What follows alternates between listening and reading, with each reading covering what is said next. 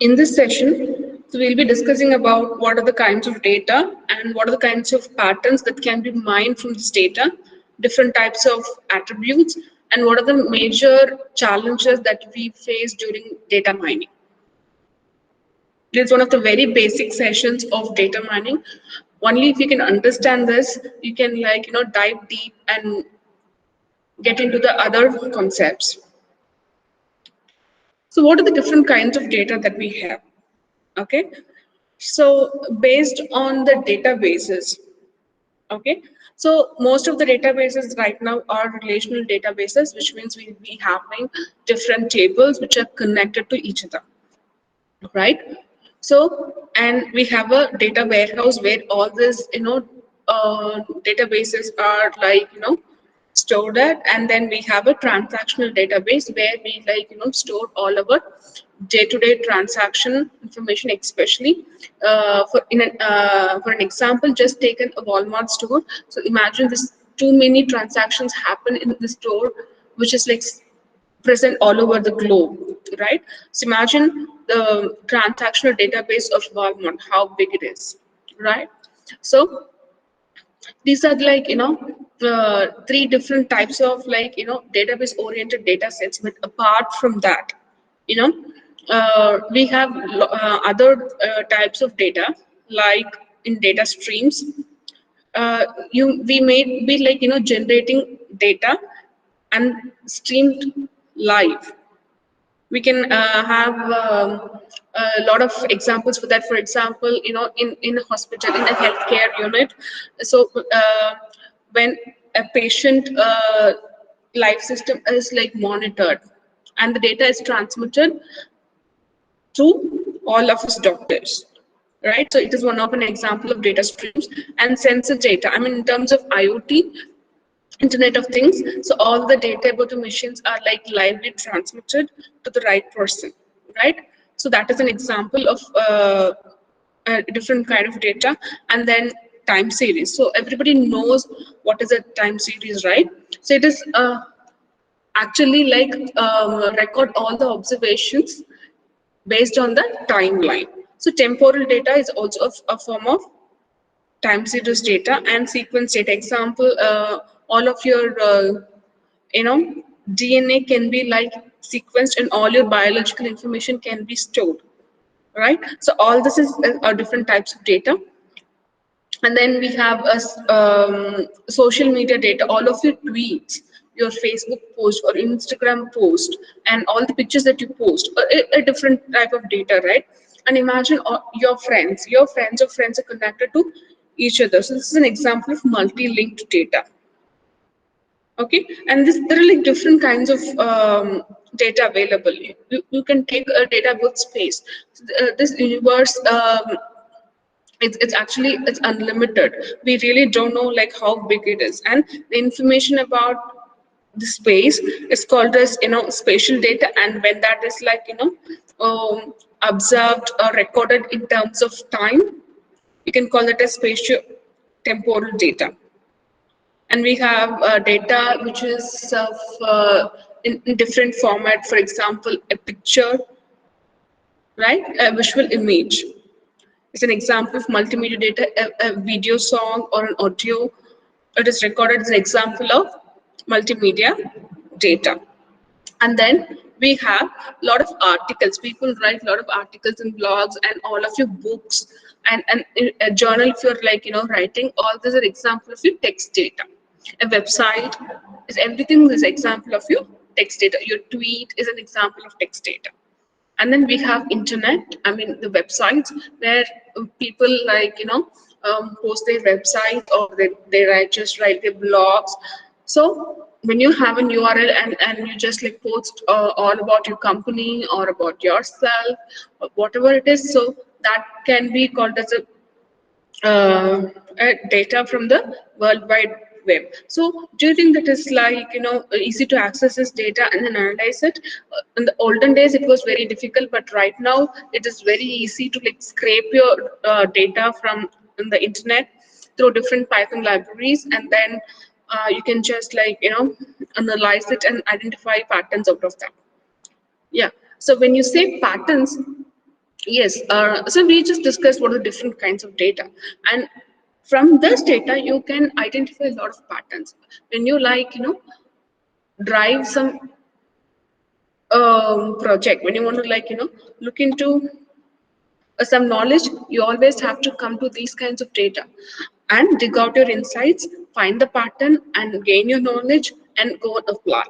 So that is what people in data mining does. So let's see what are the different kinds of patterns that can be mined from these different types of data.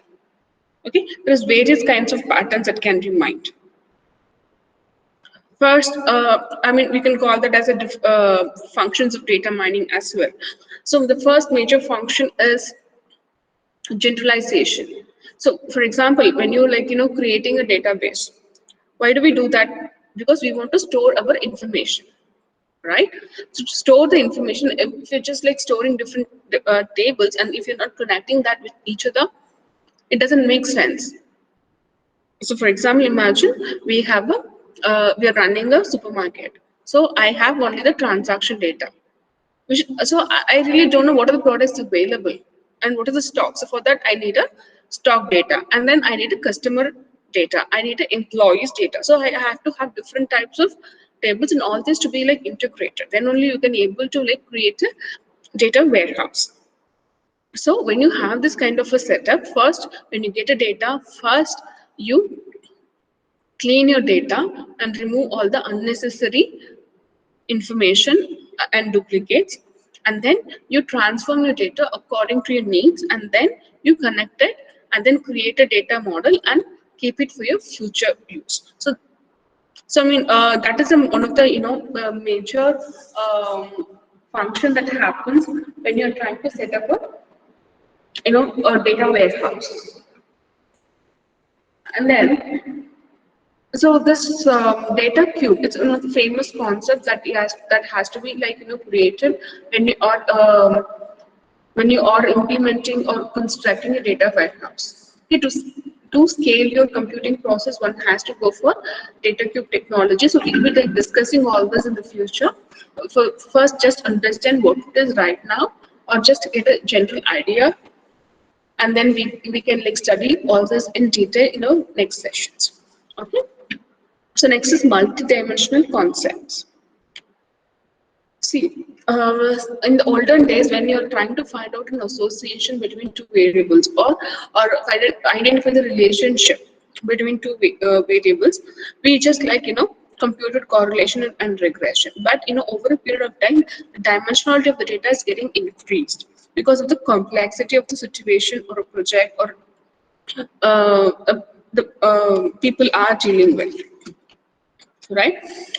So due to that, so you have to work on data characterization and discrimination. Okay, so I can give you some of the examples to understand this better.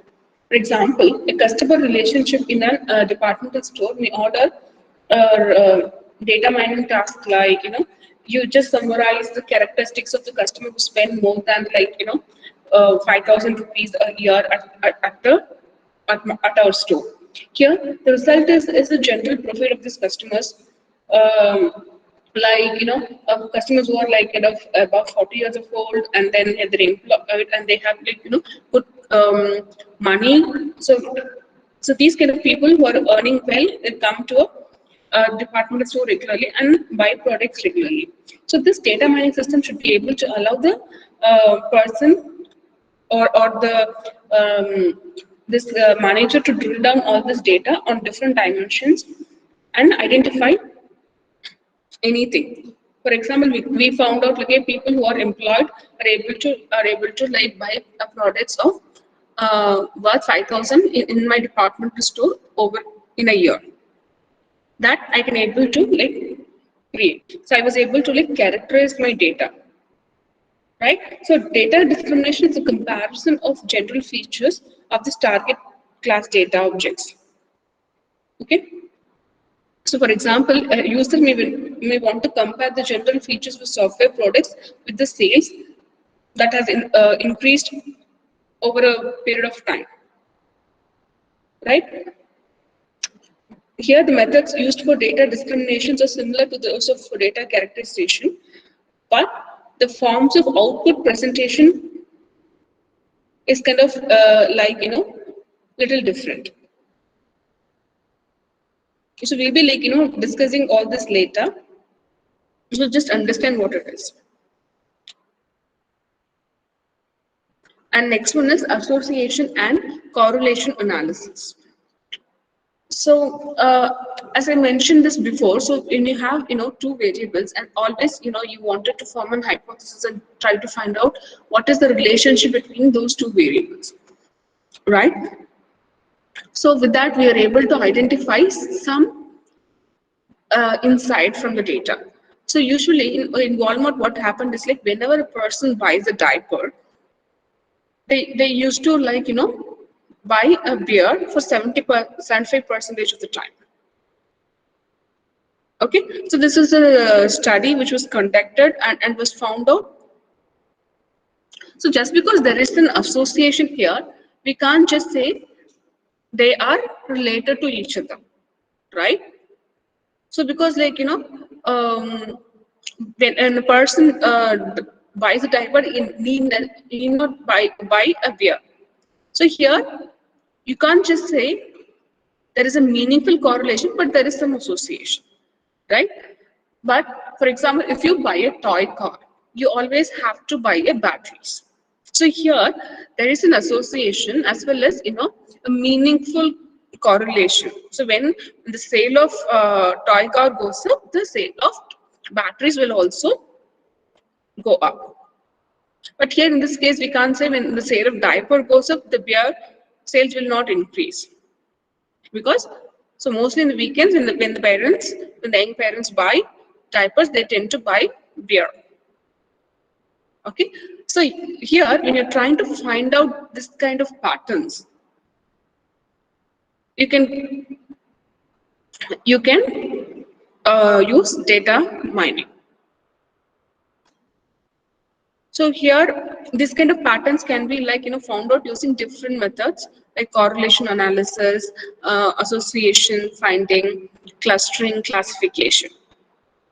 Okay, so it's not about we just found some data and we found some pattern from that data, but we have to analyze how to use these patterns found from different analysis. So I found out in my department store, whenever people buy a beer, diaper, they buy beer. So maybe we can just place them together. So that will be easy access. They don't miss it. Okay, or I can stock batteries more if I'm stocking toy cars more. So you have to able to take some decisions based on the patterns. So that's why we have to do data mining. Okay, if you're not taking any actions from that, the use of doing this is completely waste. And next method is classification. So I think we all know what is this. We have been discussing this for a long period of time. Just identifying is one of the data mining function. What do we do here?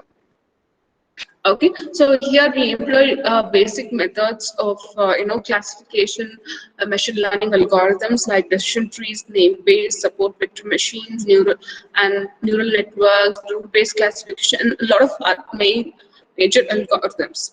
Right? Why do we apply this? To identify some meaningful outcomes. Like we just want to deduct the credit card fraud, or we just want to find out who have to target to sell my product, or we can just try to classify the stars based on their age, or based on their size, or based on the number of planets it has, right? So you can apply this algorithms for any meaningful application. I believe you all know how this, classification analysis works. You will have to have a create a model based on any algorithm, and then you should have a training set, and then you should be having a a test set, or you might be having some data which doesn't have any classes it has assigned to, and then you apply the model on the test data to figure out the classes or labels, right? Next is cluster analysis. So cluster analysis, unlike your regression and classification analysis, this is an unsupervised learning technique. Okay, here we don't know the class label, but there we really know what we're trying to predict. Here we really don't know what the class label is. Okay, so here when you apply the algorithm, here the data will be like created into different clusters, and we'll be able to like find some patterns out of that clusters. So the major principle here is like trying to maximize the intra-class similarity. I mean, there should be like the similarity score for the intra-class object should be high. The similarity score between the inter-class object should be less. That's a major function of cluster analysis, major principle of cluster analysis. This is like applied in all of the algorithms, and we have discussed already a couple of clustering algorithms in our previous sessions.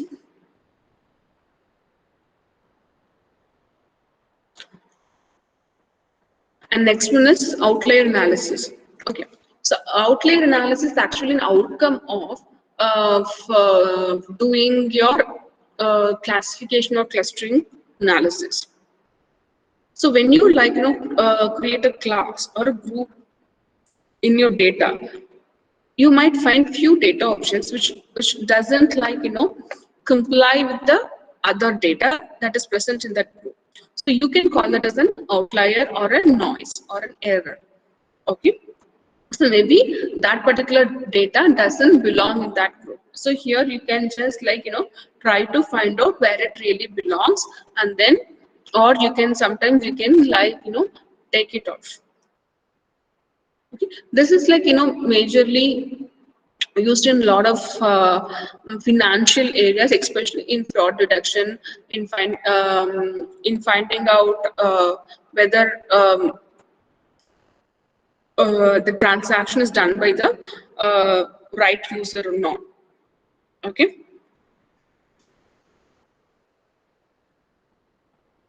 Next one is sequential pattern or trend and evaluation analysis. So here, actually, when you like deal with data in over a period of time, you have to like apply time series. So a time series, yes, it is can be like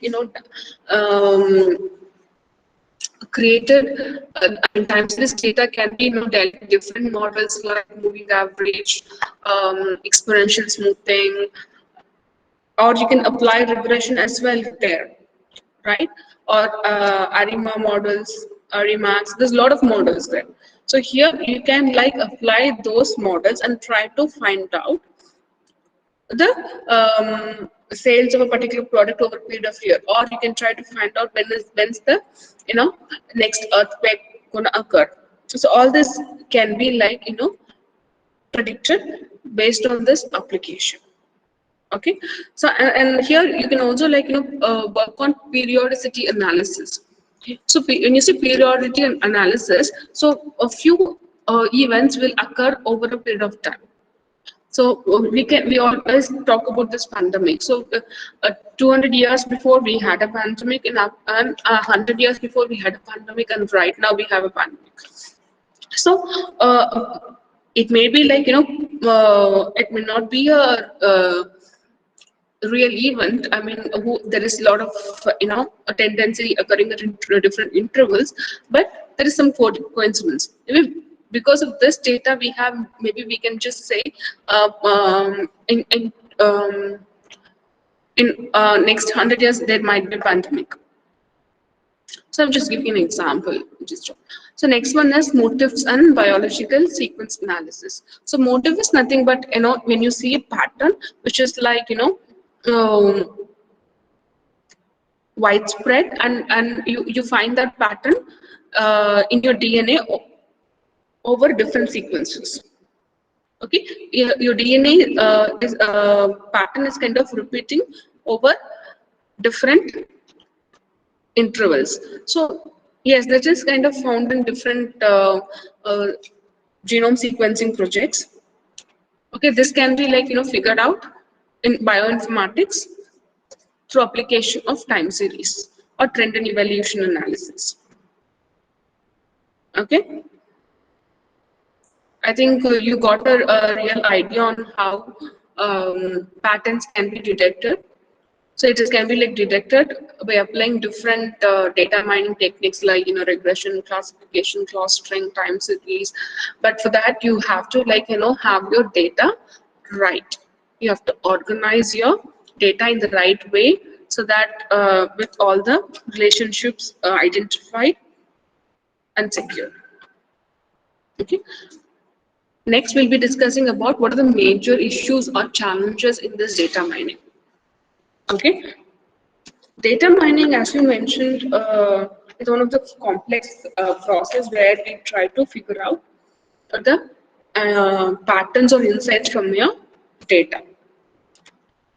In mining methodology, the way you mine the data, mine your patterns from the data is one of the bigger challenge, because we'll be having different kinds of data, and then we might be looking for various kinds of knowledge. Okay, and we have to apply different methods.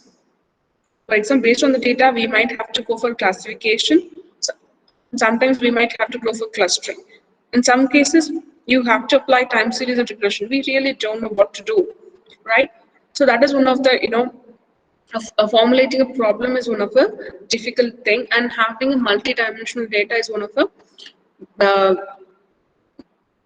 bigger thing, because dealing with that kind of data, we have to have a very good computing power. And that's why in the olden days, data mining, though things were there, though artificial intelligence and data mining was there 50 years back, we cannot able to harness the benefits of it, because we didn't have enough computational power. And this data mining is an interdisciplinary effort, because it's just a computational method where you have to know math, computer science, and if you're applying it in health science, you have to know the health science, or if you're applying it in space, you have to know the physics and astronomy. So it is an interdisciplinary effort. So you have to know too many things, and that sometimes it is frustrating as well.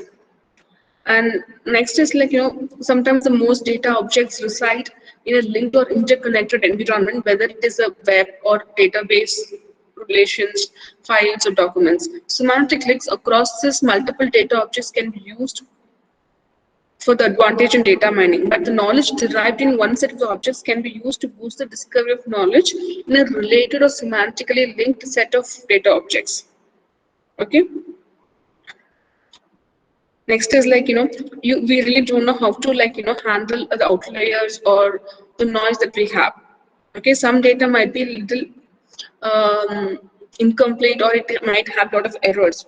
So yes, there is a process of to undergo that, but when you even following the process, sometimes you may get stuck.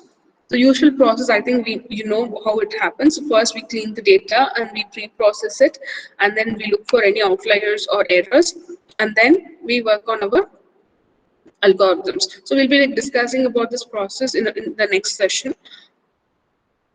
Okay, and then by applying the algorithms, we try to find out the pattern, and we evaluate whether the pattern is right, and we figure out what makes this pattern interesting. Okay, but this analysis might vary from user to user, because the person you know see the pattern in, or see the data in different ways, in different viewpoints. Okay, so therefore the techniques are needed to assess this interestingness of this discovered patterns actually is based on subjective measures. Okay, next one is user interaction. The user plays an important role in this data mining process. Okay, so an interesting area of this data mining research include how we can interact with the data mining system and how to incorporate a user's background knowledge in mining and how to visualize and comprehend data mining results.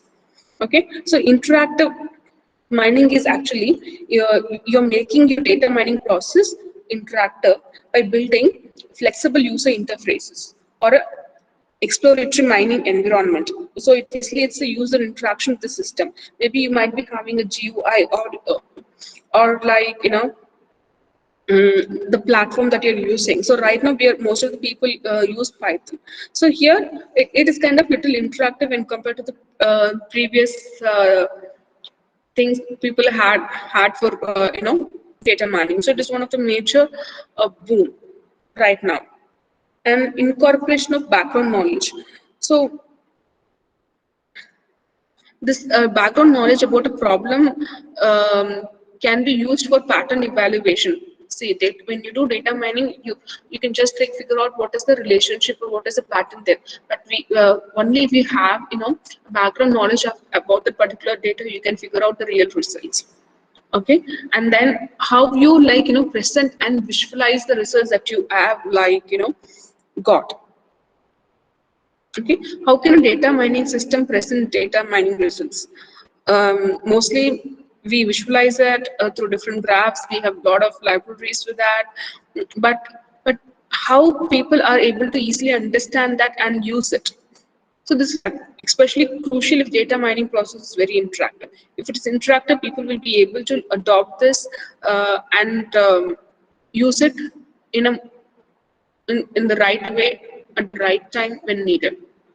Okay. Efficiency and scalability of data mining. Okay, so few algorithms might require less data, and few might require more data and unbiased data, and the computing power might vary if you're dealing with large data sets. Right? So this data mining algorithms must be efficient and scalable in order to effectively extract information from different sizes of data in different repositories or in data live streams. So the running time of the data mining algorithm must be predictable, short, and should be acceptable by all the applications. The ability to execute in real time is very, very important, which drives the development of many data mining algorithms. And next is having a parallel distributed and incremental mining algorithms. So right now, with the help of evolution of big data technologies, the efficiency and scalability is is kind of going good when compared to the olden days. The humongous size of many data sets or the wide distribution of data and the computational complexity of some data mining methods are the major factors that motivate the development of this kind of parallel and distributed algorithms. So these kind of algorithms part the data into different chunks, and each of these chunks is processed in parallel by searching for patterns. Okay, so we have already studied about this, how uh, the data will be created into different samples, and the algorithm sits on that particular data and find for a pattern. So cloud computing and clustered computing, which uses the computer in a distributed and collaborative way to tackle very large scale computational tasks. Okay, so the high cost of this data mining process and the incremental nature of input promote this data mining and make it as one of the biggest challenge. Okay, so we just discussed about various issues that is faced by data mining.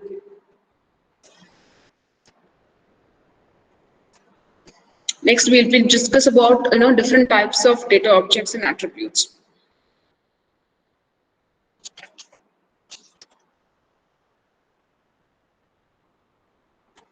So there are different types of data sets available. We all know how it looks like, right? So mostly we'll be having the record like data sets with the rows and columns. It can be a transactional data, or it can be data about or the employees or data about the students. When you have columns and rows and it is in the table format or matrix format, you can call that as a record. Next one is graph, a network where uh, when you have different objects connected with each other, example your internet, your social media, and the molecular structures in an atom or a biological structure, within the body of a human being or any animal. Third one is order data set. When you capture data based on the time line. For example, number of students present daily, or number of people died daily, or number of people born daily, or we can just say the video footage of a camera which is stored date wise. You can call that as an ordered data set. Your DNA being sequenced, genetic sequence data, yes, that is also of example of ordered data set. And next is your multimedia data or your image or video data, and right, the spatial data. I mean, it's nothing but your maps. Image data, I think you all know, it can be a picture of anything, and video, it can be a YouTube video, it can be a movie, or it can be a video that you just have it in your phone. Okay. So all these things are examples of data sets, and all this can be mined, and we can find out the pattern from that.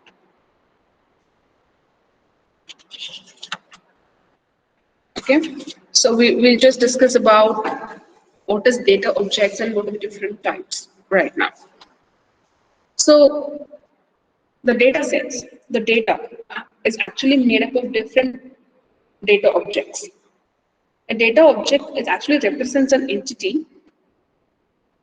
For example, in a sales database, the objects may be customers, store items, sales. In a medical database, the objects may be patients. In a university database, the objects may be students, professors, and courses. So data objects are typically described by attributes. Data objects can be referred to as samples, examples, instances, data points, objects. Okay? So if data objects are stored in a database, they are called as tuples. That is, if a row of a database corresponds to the data objects, the column corresponds to the attributes. Okay? So in a table, the rows are called data objects, the columns are called attributes. Okay? So here, so these columns are called as attributes, and the rows are data objects.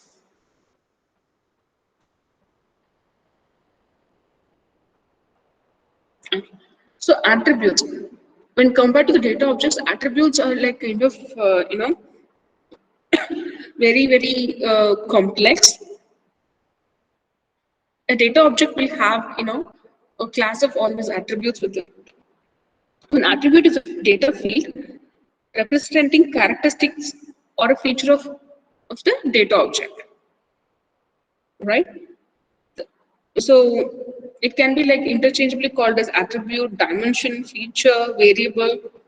There are many names. So most probably the people who are using in machine learning call that as a feature, but a statistician call it as a variable, and in data mining it is called as an attribute.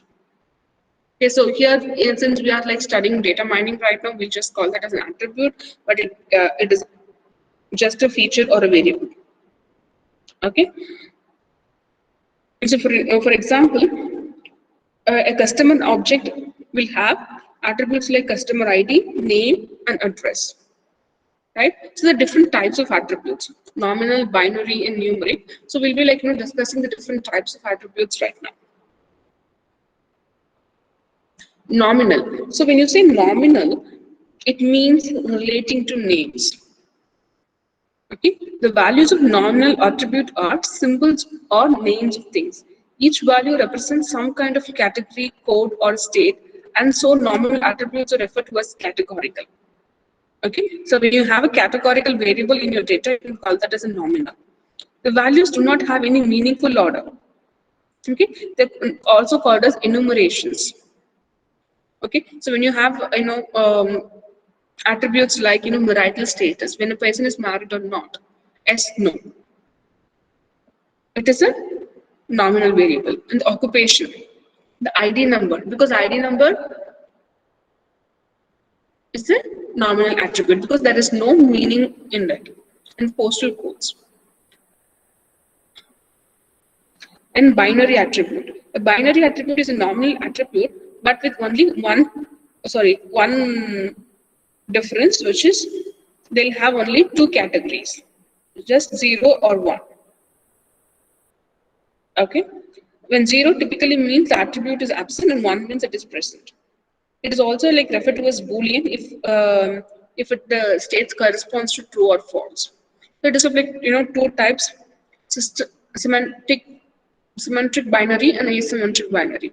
I mean, when the outcomes are like equally important, you call that as symmetric binary. For example, a gender or marital status can be a systematic binary, whereas asymmetric binary, here the outcomes will not be like equally important. When you're taking a medical test and having a negative is very important, right? And you're positive, and not every people will be having positive, and there is no 50% chance as well. Okay, so when you have this kind of outcomes, you can call that attribute as a asymmetric binary. Okay, next one is ordinal. So when the values have a meaningful order or a rank within it, you can call that as an ordinal attribute. So these have a meaningful order or ranking among them, but the magnitude between the successive values is not known. Okay, for example, the drink size corresponds to the size of the drinks available in a restaurant. For example, we might be having small, medium, and large. The values have a meaningful sequence here. Right? We cannot tell them how value, bigger is. We cannot say how big the medium is. Other examples like, when you have a grades, a professional rank, A plus, A minus, something like that. Okay, so there is some order. And sometimes when you have ordinal categories like, very dissatisfied, somewhat dissatisfied, neutral, satisfied, very satisfied. So when you follow the Likert scale, you can call that as an ordinal attribute. Next one is numeric attributes. So when you just like have a quantitative number, when you measure an attribute, when you represent that in an integer or real values, you can call that as a numeric attribute. But it's of two types, having two scales: interval scaled attribute and ratio scaled attribute. So here interval scaled attributes are measured on a scale of equal size units. The values have an order as their previous ordinal attribute, but it can be positive, 0, or negative. The values can be either positive, 0, or negative. Okay. So here, in addition to providing a ranking to these values, these attributes allow us to compare and quantify the difference between values. For example, when you have a value like a temperature measured in Celsius or Fahrenheit. So here, have a temperature of 20 degrees is lesser than the temperature of 30 degrees. Okay, whereas when you say roll number 20 and 30, we doesn't say someone is less or someone is worthy based on the roll number. But here we can just able to quantify that. Next one is ratio. So ratio is also a numeric attribute like your interval scaled attribute, but it has an inherent 0 point. Okay, so here we can speak of a value as being a multiple of another value in a ratio scale. But there you can't just talk it out. Here you can just say 2 times 5 is 10. We can say that, but in the previous interval scale we can't just say that. Okay. So to explain more about inherent 0 point, here 0 has some real Meaning, in the interval scale, when you say it's zero temperature, it means that is a temperature, because you have a positive number, a negative number as well. Negative number also has a meaning, but here zero doesn't work that way. It's completely different. So when you express your temperature in Kelvin, that is a ratio scale, because 0 degree. I mean, when you measure that in Kelvin, it is actually a true 0 point, because 0 degree Kelvin is like a temperature scale which is considered a true 0 point. But you when you measure the temperature in Celsius and Fahrenheit, that attribute is following an interval scale. Okay. So when the values are ordered, and we can able to also compute the difference between the values like mean, median, mode, you can call that as a ratio scale. Okay. Next one is discrete attribute and continuous attribute. So far we have just organized our attributes into normal, binary, ordinal, and numeric types. I mean interval and ratio. But there are different ways to classify your attributes.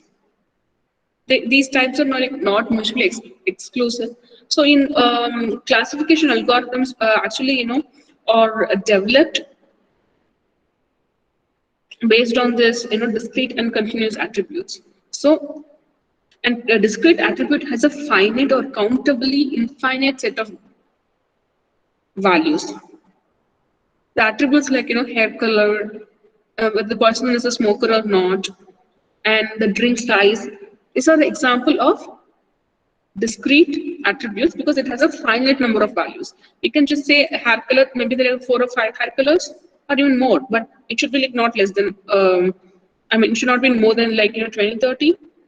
And I mean, I'm just talking on average circumstances. And the smoker, yes, no. The drink size, large, medium, small. That's all. So here you have some discrete values. Okay. So if the discrete attributes may have numeric values like 0 and 1 for binary attributes, but you can from 0 to 100 for age. Okay, an attribute which is countably infinite if the set of possible values are infinite, but the values can be put in one-to-one correspondent with natural numbers. It can be infinite, but it is just a natural number. I mean, for example, the customer ID can be infinite, but you can able to count it. The number of customers may go to infinity, but in reality, the actual set of values is countable. I mean, like your zip code. Whereas in continuous attribute, the real values are represented using a finite number of digits with the float value. For example, when you have a float value, you can call that as a continuous attribute. Like your temperature, you can just say it's 20.5 degrees Celsius right now, or height, we can say it's 100.25 centimeter of the weight. Okay. So when you are able to represent your attribute in floating point variables, you can call that as a continuous attribute. Okay. So we just discussed about different types of attributes like nominal, binary, ordinal. In numeric data attributes, we discussed this about interval scaled attribute and ratio scaled attribute. And on the other dimension, we just discussed about discrete and continuous attributes. And apart from this, there are various types as well. So we just focus on this right now. If you got any questions, you can ask.